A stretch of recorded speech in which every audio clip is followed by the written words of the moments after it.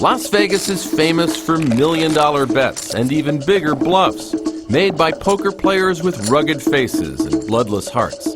Yet the city still has a soft spot in its hard heart when it comes to the kid. For Styu Ungar was the youngest, then the best, and then he was gone. On 3 or 4 different occasions, he went from being a millionaire to a dead broke, and then back to a millionaire again. I firmly believe that he could make that deck play Yankee Doodle in any key that you wanted. He was gifted. Much like Bobby Fischer is to chess, Styu Ungar was to gambling. 5'5" under an indifferent mop of black hair, 26-year-old Styu Ungar won the World Series of Poker in 1980, his first time out, with a style that bristled with aggression and cunning. He forced himself to hate everybody at the table. You know, he wanted to rip their throat out. He was very forceful with his chips, so his chips were in constant motion all the time. So if you bet, he raised it. If you called, he raised. And that's a very disconcerting style for other players because he always had you off balance. Ungar had come to Las Vegas from New York in the late 70s with a genius IQ and a reputation as the world's best gin rummy player.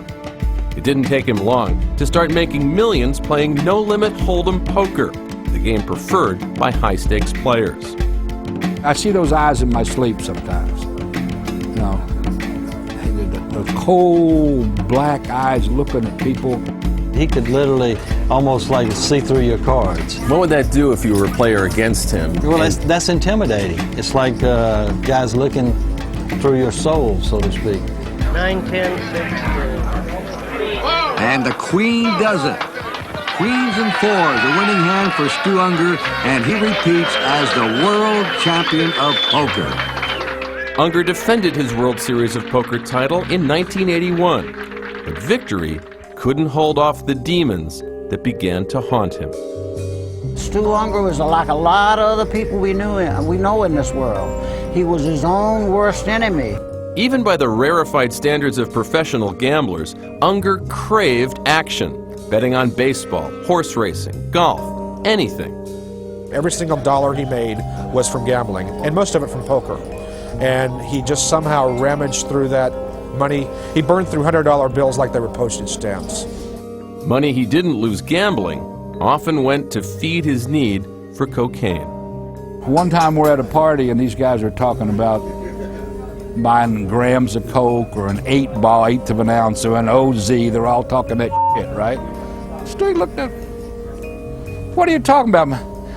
He had this enormous wad of cash. He said, let's get a kilo, he said. Cocaine eviscerated Ungar's bankroll, ate away at the membranes of his nose, and eventually took his fabled nerve.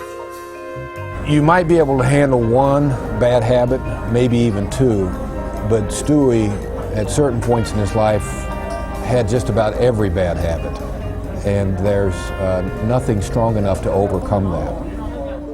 One day, a poker table filled with those who knew Styu Ungar and his lifestyle got to wondering how much longer his frail body could hold out. One of them said, well, how long do you think Stu Ball's going to last? How long before he kills himself?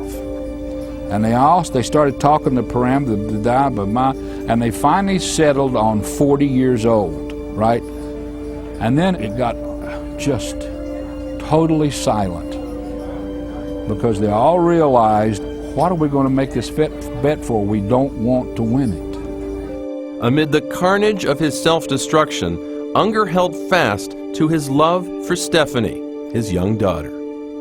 My father told me many times that if he didn't have me, he would have nothing to live for.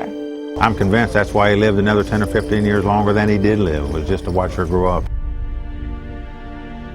As the 1997 World Series of Poker drew near, Styu Ungar was a shriveled mess, a cautionary tale, deep in debt and strung out on cocaine. He looked like someone had stuck a pin in him. He just went,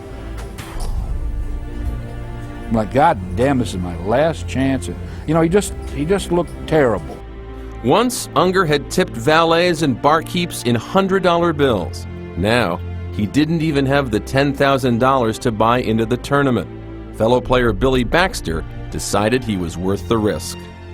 You hated to turn down such a talent. I mean, to think that a guy like him didn't have money to get in the World Series of Poker was really kind of criminal. On day one of that tournament, on the break, he comes up, he says, "Mike," he said, "I don't think I can make it through the day," and I just sort of shook him. And I said, you got to get through this day. Unger may have struggled physically, but mentally, he was in command. It was like a tiger among a bunch of chickens or something, he just swatted them out of the like this, When I'm gone, just unbelievable. I mean, I said, I said, "Don't you fools realize this tournament's over?" I said, Stewie's got $600,000 worth of chips. He'll destroy these children. I remember my father calling me in between each hand and telling me, "I'm down to this many people. Now I'm down to this many people. Wish me luck, Stephanie. It's on ESPN. Call, look, turn it on." With a photo of Stephanie in his pocket, Stu Ungar made poker history. Yes. Deuce. Stewie wins the tournament. Stu Ungar has won 3 World Series of Poker. Unger and Baxter split the $1 million first prize down the middle. I've done a lot of stupid things myself, but I want to tell you something for a fact.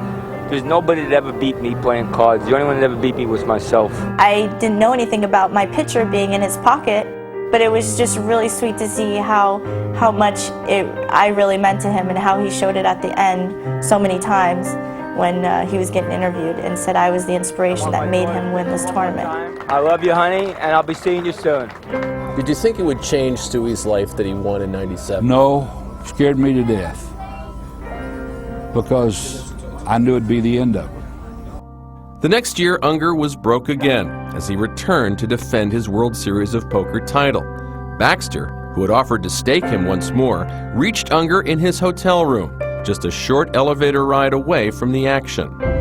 I called him 10 minutes before the tournament. I said, "Stewie, you going to come down and play? It's starting in 10 minutes. He says, "No, I'm tired." He says, "I don't feel like playing." He says, "You can just go ahead and take my money down. I don't want to play."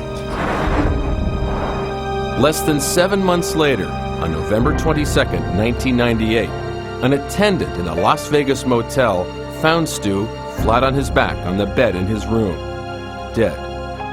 In the 45 years that he went through life like an open razor, Stu Unger had won an estimated $30 million at poker. He died with $800 to his name.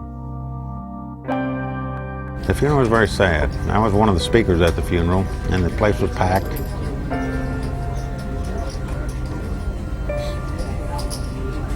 What are you thinking about now? Excuse me.